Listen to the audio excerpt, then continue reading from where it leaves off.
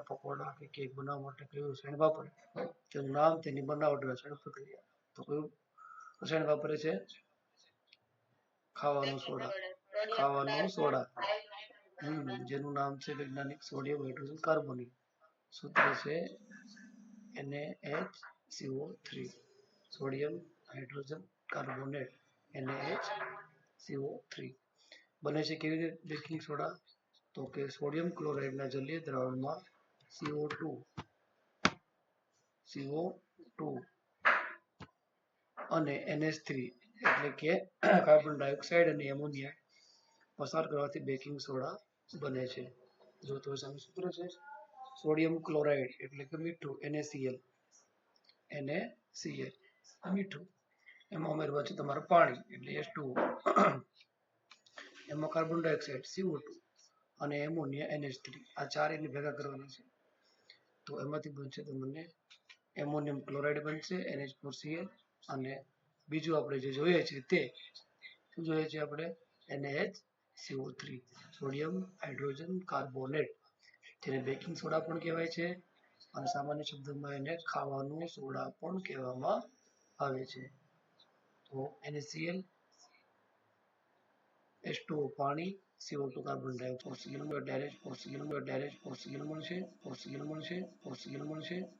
મળશે અને બીજું NaHCO3 તો આ રીતે આપણને ખાવાનો સોડા મળે છે આપણે સોડાની અંદર આપણે પાણી અને કાર્બન ડાયોક્સાઇડ ઉમેરીએ તો પણ બને તો આ સોડા એટલે Na2CO3 એમાં પાણી ઉમેરો H2O અને કાર્બન ડાયોક્સાઇડ CO2 તમે તો ડાયરેક્ટ સીધું 2 NaHCO તમે જો બનાવટ પૂછે તો કોઈ પણ એક બનાવટ તમારે લખવાની રહે છે આ પહેલી બનાવટ લખો અથવા તો આ બનાવટ લખો જે તમને સરળ લાગે તે NaCl વત્તા H2O વત્તા CO2 વત્તા NH3 આ ચાર વસ્તુ ભેગી કરીને બનાવશો તો પણ બનશે NH4Cl વત્તા NaCO3 અને એ સિવાય સીધું જ તે ધોર સોડા Na2CO3 એમાં H2O અને એમાં CO2 ઉમેરી અને પણ બનાવી શકીએ છીએ ત્યાર પછી પ્રયોગ છે દાણાદાર ઝીંકની મદદથી સલ્ફ્યુરિક એસિડ સાથેની પ્રક્રિયા દર્શાવતા પ્રયોગનું આકૃતિ સહ વર્ણન કરો ઝીંકની સોડિયમ હાઇડ્રોક્સાઇડ સાથેની પ્રક્રિયાનું સમીકરણ પણ લખો આ પ્રશ્ન ઘણો બધો અગત્યનો છે તો પ્રયોગ લખીએ ત્યારે પહેલા પ્રયોગમાં આપણે હેતુ શું કરવાનું છે તો કે દાણાદાર ઝીંકની મદદથી સલ્ફ્યુરિક એસિડ જે તમને સવાલમાં આપેલું છે પ્રક્રિયાથી H2 વાયુ ઉત્પન્ન કરવું દાણાદાર ઝીંકની મન સલ્ફ્યુરિક એસિડ સાથેની પ્રક્રિયાથી H2 હાઇડ્રોજન વાયુ ઉત્પન્ન કરવો સાધનો જોશે કસનળી વિમોચન નળી સાબુનું દ્રાવણ ભરેલું પાત્ર મીણબત્તી અને એક કાણાવાળા બુચ અને સ્ટેન્ડ પદાર્થોમાં આવશે દાણાદાર ઝીંક અને મન સલ્ફ્યુરિક એસિડ પછી આકૃતિ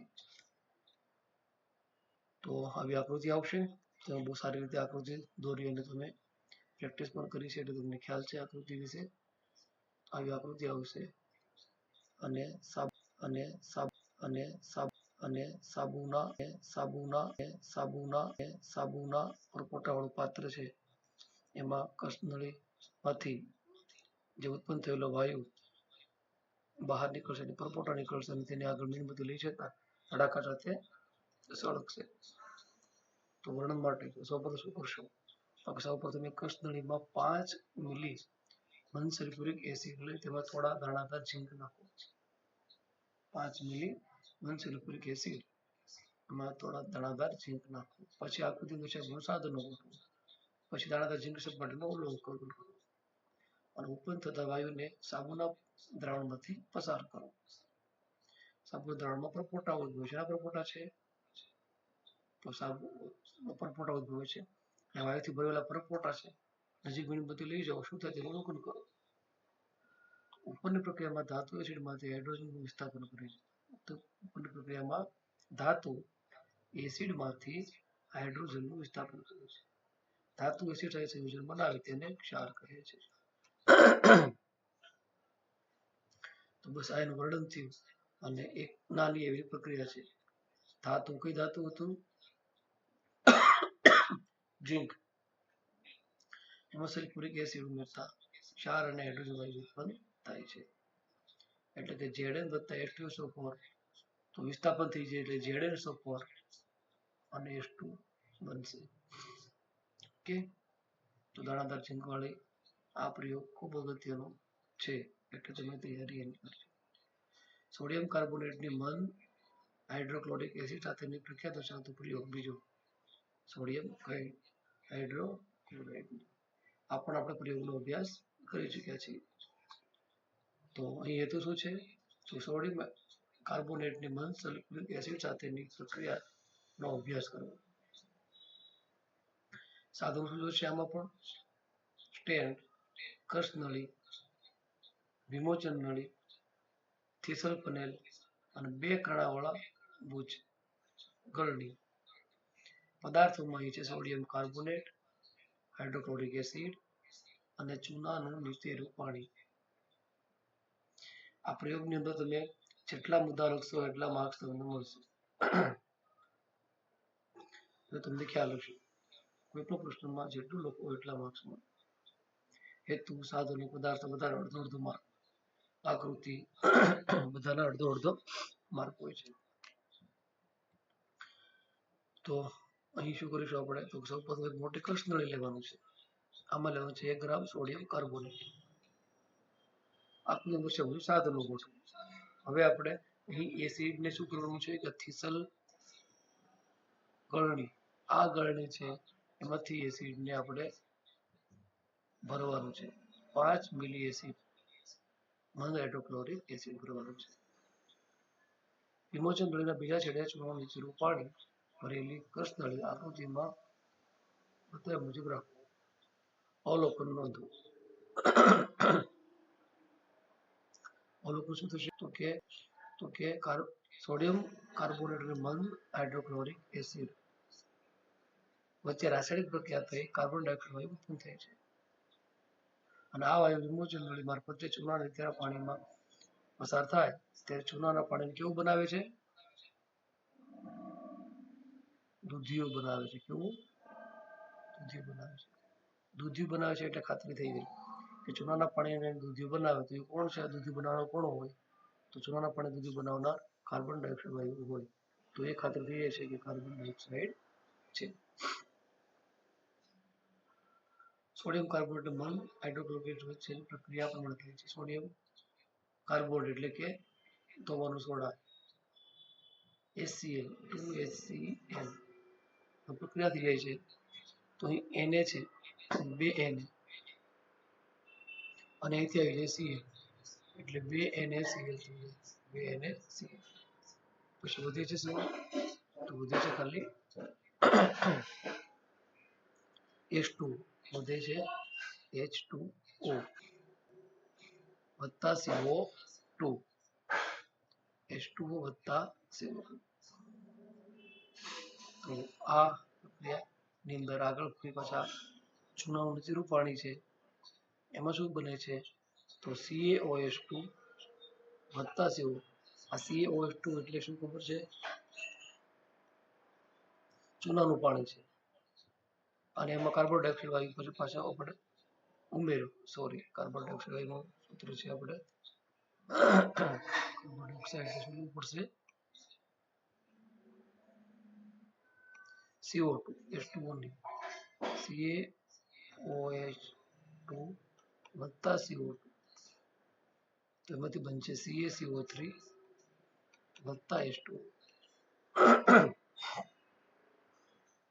તો આ પણ ઈઝી પ્રયોગ છે. શું કરવાનું? કર્સ નળી લેવાની. કર્સ નળીમાં શું લેવાનું છે? Sodium carbonate. કેટલું લેવાનું છે? 1 ગ્રામ જેટલું. પછી આકૃતિમાં સાધનો ગોઠવવાનું. થીસલ ગળણી વડે મંદ હાઇડ્રોક્લોરિક એસિડ ઉમેરવાનું છે. બીજા છેડે ચૂનાનું નીચેનું પાણી ભરેલી કર્સ નળી આકૃતિમાં દર્શાવ્યા મુજબ રાખવાની છે. અવલોકન નોંધવાનું છે. તો શું થશે અવલોકનમાં? કે ચૂનાનું નીચેનું પાણી દુધિયા રંગનું બનશે. કેમ દુધિયા રંગનું બનશે? તો કે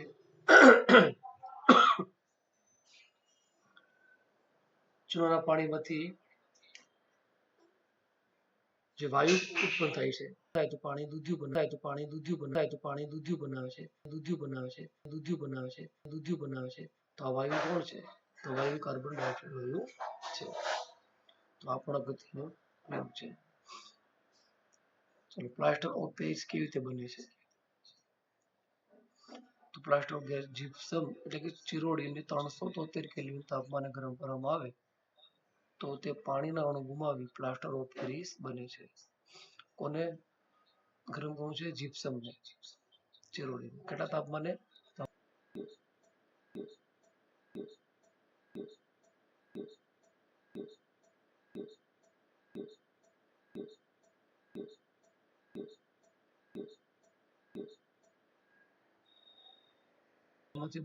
તેમાંથી બનશે CaSO4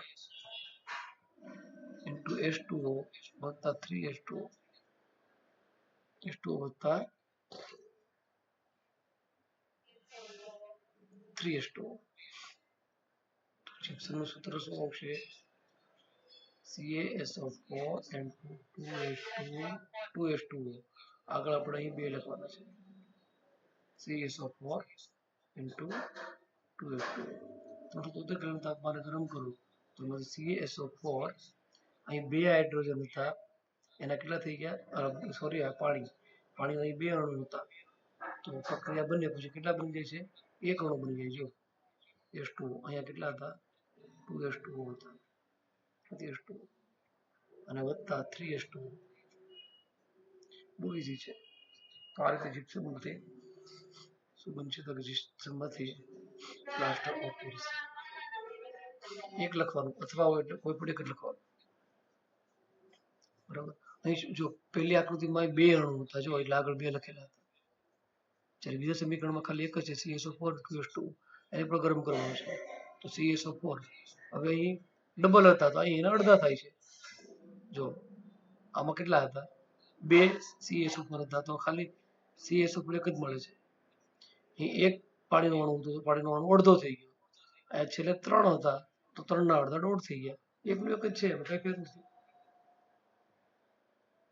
આ પ્લાસ્ટર ઓફ પેરિસ એટલે કે POP કેલ્શિયમ સલ્ફેટ હેમીહાઇડ્રેટ છે આ પણ તમે વિકલ્પોમાં ખાલી જગ્યામાં કોઈ જગ્યાએ પૂછાશે પ્લાસ્ટર ઓફ પેરિસનું શું નામ છે કેલ્શિયમ સલ્ફેટ હેમીહાઇડ્રેટ જેમાંથી 2 કેલ્શિયમ અને 2 SO4 પાણી સાથે એક અણુ જોડાયેલો હોય છે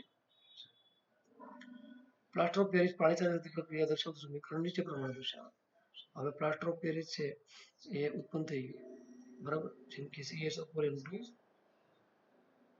અડધો પાણીનો અણુ 1/2 H2O આમાં ફરીથી પાછો અડધો બીજો પાણીનો અણુ તમે ઉમેરી દો તો આ દોઢ અને અડધો એટલે કેટલા થઈ ગયા અહીંયા 2 CaSO4 2H2O કેલ્શિયમ સલ્ફેટ હેમીહાઇડ્રેટ ઉપયોગો શું થશે એમના બાંધકામ ઉદ્યોગના પ્લાસ્ટરમાં ઉપયોગ ફ્રેક્ચર થયેલા હાડકાને સાચી સ્થિતિમાં ગોઠવવા માટે દાંતના ચોકઠા માટે દીવા બનાવવા માટે રમકડા અને પૂતળા બનાવવા માટે બ્લેકબોર્ડ પર લખવાના ચોક બનાવવા માટે અને પ્રયોગશાળાના સાધનો અને પાત્રોને અવાજયુક્ત કરવા માટે ઉપયોગો પણ એના અગત્યના છે યાદ રાખજો પ્લાસ્ટર ઓફ પેરિસના ઉપયોગો બાંધકામ ઉદ્યોગમાં પ્લાસ્ટરમાં દાંતના ચોકઠાના દીવા બનાવવા માટે રમકડા અને પૂતળા બનાવવા માટે તૂટેલા હાડકાને યોગ્ય સાચી સ્થિતિમાં ગોઠવવા માટે બ્લેકબોર્ડ પર લખવાનું ચોક બનાવવા માટે અને પ્રયોગશાળાના સાધનો અવાજયુક્ત રાખવા માટે plaster of Paris CaSO4 into 2H2O એવો તે એક અગત્યનો પ્રશ્ન છે વિરંજન પાવડર બનાવવાનું સમીકરણ આપો વિરંજન પાવડર ક્લોરીનની શુષ્ક ફોડેલા ચૂના સાથેની પ્રક્રિયાથી વિરંજન પાવડર બને ક્લોરીનની ફોડેલા ચૂના સાથેની પ્રક્રિયાથી વિરંજન પાવડર બને ક્લોરીન Cl2 વત્તા ફોડેલું ચૂનું Cl2 વત્તા CaSO4 એટલે કે કેલ્શિયમ હાઇડ્રોક્સાઇડ વિરંજન પાવડર સૂત્ર શું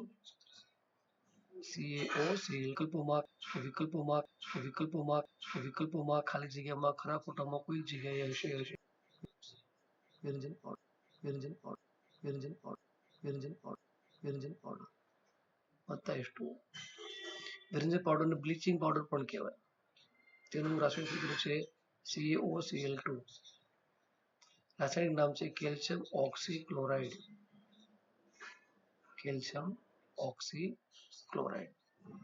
ઉપયોગ ટેક્સટાઇલ ઉદ્યોગમાં સુતરાઉ કાપડ વ્યંજન માટે, કાગળ ઉદ્યોગમાં લાકડાના માવાના વ્યંજન માટે, પીવાના પાણીને જંતુ રહિત બનાવવા માટે અને રાસાયણિક ઉદ્યોગોમાં ઓક્સિડેશન કરતા તરીકે.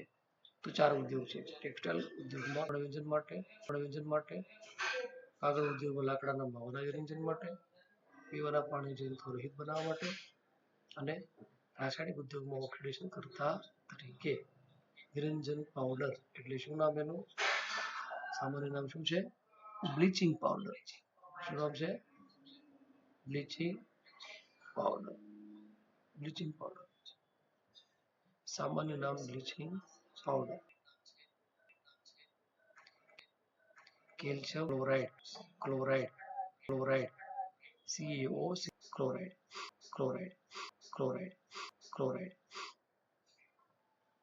એવું જે ત્રીજો અગત્યનો તમારે 3 પ્રશ્નો તમારે ખૂબ ઉપયોગી બનશે. બેકિંગ સોડા એટલે ખાવાનો સોડા. તો સોડિયમ ક્લોરાઇડની જલીય દ્રાવણમાં CO2 વાયુ અને NH3 સાથે પ્રક્રિયા કરતા બેકિંગ સોડા બને છે. બેકિંગ સોડાનું અહીંયા સૂત્ર આપણે જોઈએ છે. આગળ અહીં શું આવી ગયું એવું કંઈક એવું હતું. શું એવું હતું અહીંયા? પ્રશ્ન આવી ગયો ને?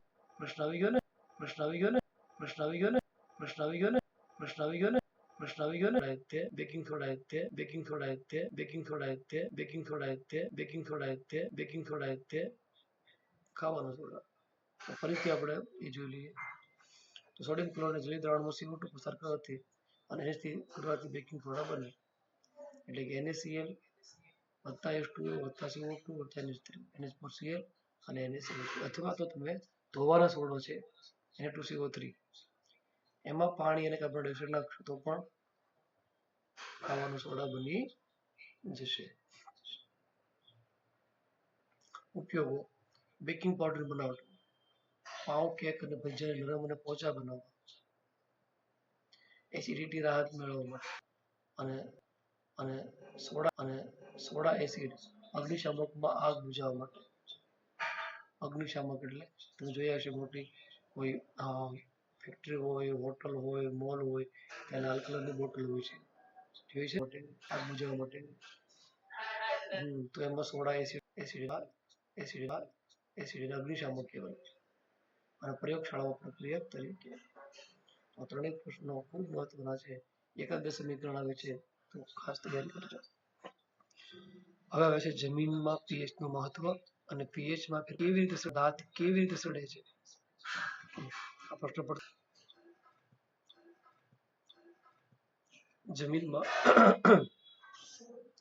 દર વર્ષે ખેડૂત છે એ પાક ઉગાડે છે. એના કારણે જમીનના પોષક તત્વો ઘટે છે. એ જરૂર છે.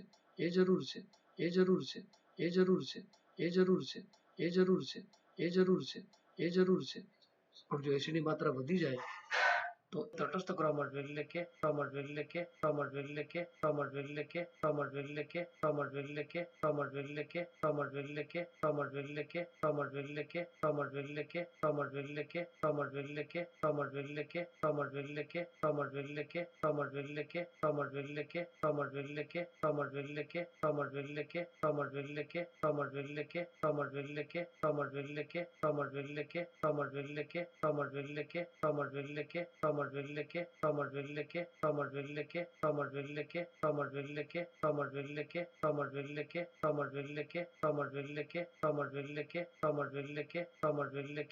એસિડ બેઝ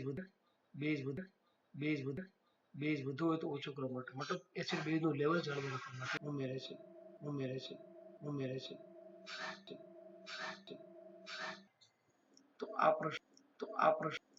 પ્રશ્ન તો આ પ્રશ્ન તો આ પ્રશ્ન તો આ પ્રશ્ન તો આ પ્રશ્ન તો આ પ્રશ્ન તો આ પ્રશ્ન તો આ પ્રશ્ન તો આ પ્રશ્ન તો આ પ્રશ્ન તો આ પ્રશ્ન પ્રશ્ન તરીકે તો ઉપયોગી છે, પણ આવતી વિકલ્પો અને ખાલી જગ્યા ખરા ખોટા માટે ખૂબ ઉપયોગી છે.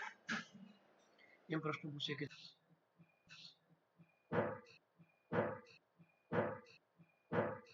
છ પોઈન્ટ પાંચ કરતા ઓછી પીએચ વધુ કેવી જમીન બને છે? એસિડિક બને છે. 7.3 કરતા વધુ હોય તો બેઝિક બને છે. એસિડિક જમીન તટસ્થ કરવા માટે શું ઉમેરે છે? લાઇમ ઉમેરે છે. બેઝિક જમીન તટસ્થ કરવા માટે શું ઉમેરે છે? જીપ્સમ ઉમેરે છે. હવે વાત કરીએ મોની. કેવી રીતે આપણા મોં છે અંદર મોઢાના અંદરના ભાગમાં, એની પણ પીએચ છે એ યોગ્ય હોવી જોઈએ. મોંના અંદરના ભાગની પીએચ 5.5 કરતા ઘટી જાય, એટલે કે 5.5 હોય છે, ત્યારે દાંતનો સડો શરૂ થાય છે. આમ તો ભગવાને બહુ સારી વાત રચના કરી છે કે આપણા દાંત છે એનું ઉપરનું પડ છે એ બહુ કઠિન હોય છે, બહુ કડક હોય છે. શેનું બનેલું હોય છે? Calcium phosphate. તો પાણીમાં ઓગળતું નથી, નહીં તો 24 કલાક આપણા દાંત ભીના હોય છે ને ભીના મોંની અંદર 24 કલાક ભીના હોય છે, તો પાણીમાં ઓગળતું નથી. કેટલી? 5.5 કરતા ઘટી જાય ત્યાં સુધી. પણ જો મોંની પીએચ 5.5 કરતા ઘટી જાય ત્યારે એનું ઉપરનું પણ જે દાંતનું ક્ષયન એટલે કે સડો કહીએ છીએ. દાંતનું ક્ષયન કેવી રીતે થાય છે? દાંતનું ક્ષયન સડો કેવી રીતે થાય છે? તો સડો થાય છે એવી રીતે કે જમ્યા પછી જો બ્રશ કરવામાં ન આવે તો ખોરાકના કણો છે એ બે દાંતની વચ્ચે પેઢામાં ચોંટી જાય છે.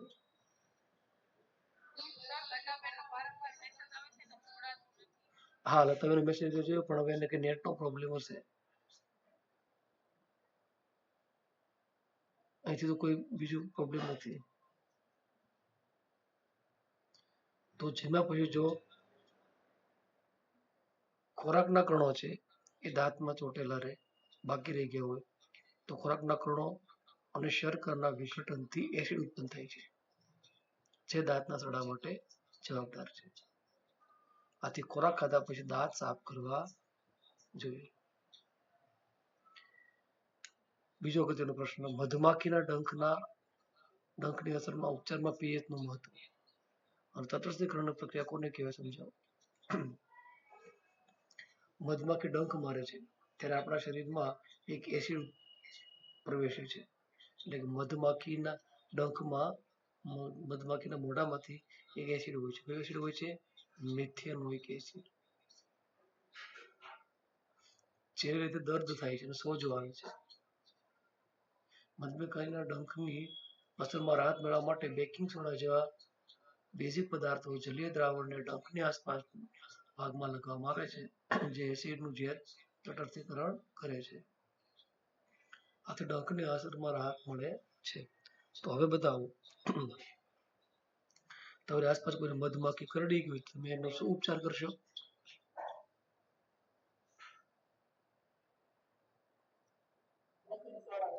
બેકિંગ સોડા એટલે કે બેકિંગ સોડા એટલે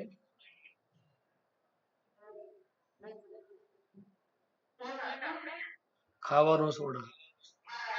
હા, ખાવાનો સોડા પાણીમાં તમારે ઓગાળી અને પછી જ્યાં એને મધમાખી કરડી હોય ત્યાં લગાવવાનું, જેથી સોજો એનો ઉતરી જાય છે. તો મધમાખી જ્યારે કરડે છે ત્યારે મિથેનોઇક એસિડ મુક્ત કરે છે અને દર્દ આવે છે ઓછું થાય છે.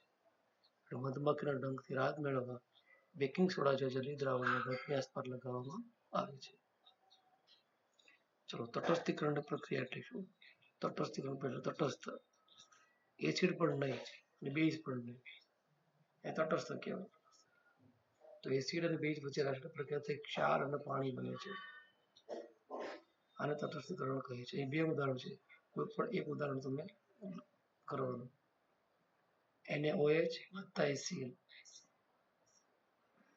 તો અહીંથી આવશે Na, અહીંથી આવશે Cl, એટલે એમાંથી બની જશે NaCl અને H2O. ક્ષાર અને પાણી બની ગયું. સોડિયમ હાઇડ્રોક્સાઇડ બેઝ NaOH એટલે શું? Sodium hydroxide. HCl એટલે હાઇડ્રોક્લોરિક એસિડ. આ બંનેને જ્યારે આપણે મિક્સ કરીએ છીએ ત્યારે એમાંથી NaCl ક્ષાર અને પાણી બને છે. ટૂંકમાં તટસ્થીકરણ પ્રક્રિયાને આ પ્રમાણે દર્શાવાય: એસિડ વત્તા બેઝ બને છે ક્ષાર વત્તા પાણી. ત્યાર પછી નાનો પ્રશ્ન અગત્યનો, પ્રકાશનું વક્રીભવન એટલે શું? વક્રીભવન તમે બહુ જ અભ્યાસ કર્યો ગઈકાલે, વાતાવરણીય વક્રીભવન જોયું હતું, બરાબર ને? શું જોયું હતું કે પૃથ્વીના વાતાવરણમાં ઘટ્ટ માધ્યમમાં પાતળા માધ્યમમાંથી ઘટ્ટ માધ્યમમાં જ્યારે પ્રકાશનું કિરણ પ્રવેશે છે ત્યારે એ વાંકું વળે છે. જ્યારે પ્રકાશ આસુ કિરણ એક પારદર્શક માધ્યમમાંથી બીજા પારદર્શક માધ્યમમાં પ્રવેશે ત્યારે બે માધ્યમની છૂટી પાડતી સપાટી આગળ કિરણના પ્રસરણની દિશા બદલાય. આને પ્રકાશનું વક્રીભવન કહે છે. તમે આપણે બહુ સરસ પ્રયોગ કર્યો હશે. પાણી ભરેલો ગ્લાસ હોય અને આ ગ્લાસમાં તમે પેન્સિલ મૂકો, બરાબર? તો તમે સીધી પેન્સિલ હશે પણ તમે વાંકી પેન્સિલ દેખાશે. તો એક પારદર્શક માધ્યમ હવામાંથી અને બીજું પારદર્શક માધ્યમ પાણી. તો ગ્લાસમાં ઉપર હવા છે, નીચેના ભાગમાં પાણી છે. તો બંને માધ્યમની છૂટી પાડતી સપાટી પાસે આપણને અહીંયા છૂટી પાડતી સપાટી છે, તો અહીંયા આપણને પેન્સિલ તૂટી ગઈ એવું લાગે છે. આપણને એવો ભાસ થશે કે આમ છે, પછી આ રીતે છે, આવી દેખાશે આપણને. જ્યારે પ્રકાશનું આસુ કિરણ એક પારદર્શક માધ્યમમાંથી બીજા પારદર્શક માધ્યમમાં પ્રવેશે ત્યારે બંને માધ્યમને છૂટી પાડતી સપાટી આગળ કિરણ પ્રસરણની દિશા બદલાય એને વક્રીભવન કહે છે. વક્રીભવનના નિયમો 3 નિયમો છે. જે કિરણ આવે છે તે આપાત કિરણ, જે કિરણ વાંકું વળે છે વક્રીભૂત કિરણ, અને બંનેને અલગ પાડતી સપાટી. આ બધા એક જ સમતલમાં હોય છે. આપાત કિરણ, વક્રીભૂત કિરણ અને બે માધ્યમોને છૂટી પાડતી સપાટી પર આપાત બિંદુ દોરેલો એક જ માધ્યમમાં હોય છે.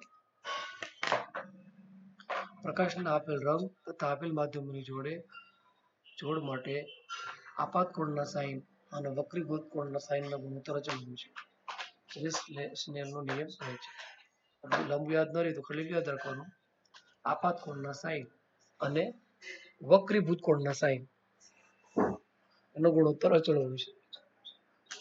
અથવા તમને એક માર્કમાં પૂછે કે સ્નેલનો નિયમ લખો, તો સ્નેલનો નિયમ છે આપાત કોણના સાઇન અને વક્રીભૂત કોણના સાઇન નો ગુણોત્તર અચળ હોય છે. ગુણોત્તર અચળ હોય છે.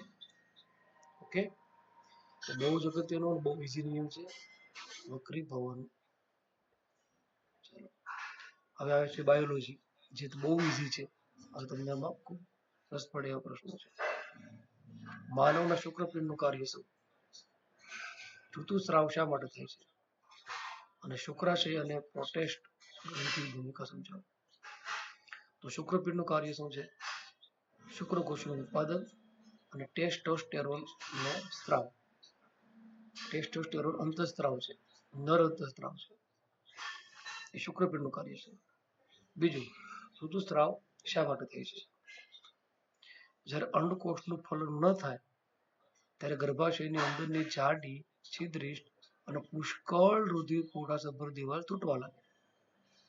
તેના કારણે ઋતુસ્રાવ થાય છે. અંડકોષનું ફલન ન થાય ત્યારે ગર્ભાશયની અંદરની દિવાલ કેવી હોય છે? જાડી, છિદ્રિષ્ટ અને પુષ્કળ રુધિર પુરવઠો ધરાવતી દિવાલ તૂટે છે, તે ઋતુસ્રાવ થાય છે. શુક્રાશય અને પ્રોસ્ટેટ ગ્રંથિની ભૂમિકા. શુક્રાશય પ્રોસ્ટેટ ગ્રંથિના સ્ત્રાવ શુક્રકોષોના સ્થળાંતરને સરળ બનાવે છે, તેમજ શુક્રકોષોને પોષણ આપે છે. તો પ્રોસ્ટેટ ગ્રંથિની ભૂમિકા શું છે?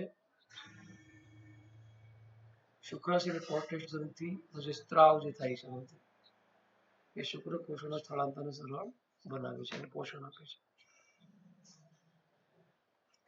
તફાવતનો મુદ્દો આપો. શુક્રપિંડ, અંડપિંડ માતાના શરીરમાં ગર્ભસ્થ ભ્રૂણને પોષણ કેવી રીતે પ્રાપ્ત કરે છે? અને ગર્ભનિરોધક યુક્તિઓ અને સાધનો અપનાવવા કયા કારણો હોઈ શકે? તો શુક્રપીંડ ને અંડપીંડ તફાવત બહુ ઈઝી છે. શુક્રપીંડ નર પ્રજનનતંત્રનો મુખ્ય અવયવ, માદા પ્રજનનતંત્રનો મુખ્ય અવયવ, શુક્રકોષ ઉત્પન્ન કરે, અંડકોષ ઉત્પન્ન કરે, ટેસ્ટોસ્ટેરોન તથા ઉત્પન્ન કરે, પ્રોજેસ્ટેરોન અને તે ઇસ્ટ્રોજન તથા ઉત્પન્ન કરે છે. હવે માતાના ગર્ભમાં રહેલું ભ્રૂણ કેવી રીતે પોષણ મેળવે છે? માતાના શરીરમાં ગર્ભસ્થ ભ્રૂણને પોષણ જરાયુ વડે પ્રાપ્ત થાય છે. જરાયુની ભ્રૂણ તરફની પેશીમાં આવેલા રસાંકુર પ્રવર્ધો દ્વારા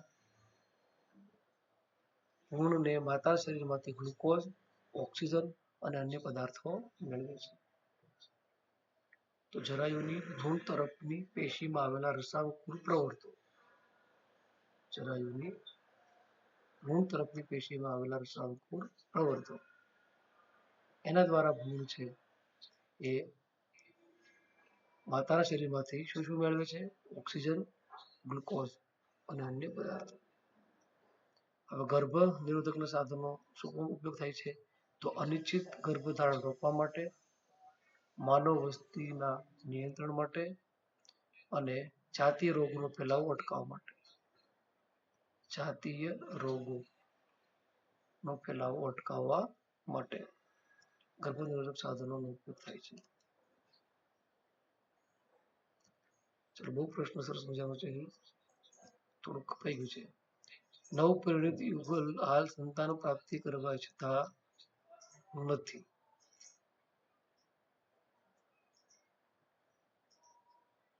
તો કઈ કઈ ગર્ભનિરોધક પદ્ધતિઓ અપનાવી શકે? કઈ પદ્ધતિમાં જાતીય સંક્રમિત રોગથી રક્ષણ મળશે? તો નવપરિણીત યુગલ હાલ સંતાન પ્રાપ્તિ ઈચ્છતું ન હોય તો નીચે પ્રમાણેની એ પદ્ધતિ અપનાવી શકે. યાંત્રિક અવરોધ અને બીજો રાસાયણિક અવરોધ. યાંત્રિક અવરોધ પુરુષ માટે નિરોધ અને સ્ત્રી માટે આંકડી કે કોપરટી. રાસાયણિક અવરોધ સ્ત્રી દ્વારા ગર્ભ અવરોધક ગોળીઓનો ઉપયોગ. આ બે અવરોધ છે. એમાં કઈ પદ્ધતિ અપનાવે જાતીય રોગ સામે રક્ષણ મેળવી શકે?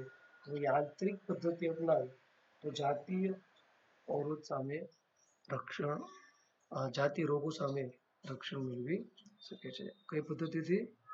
યાંત્રિક પદ્ધતિથી. બે પદ્ધતિ છે, બરાબર? બે પદ્ધતિ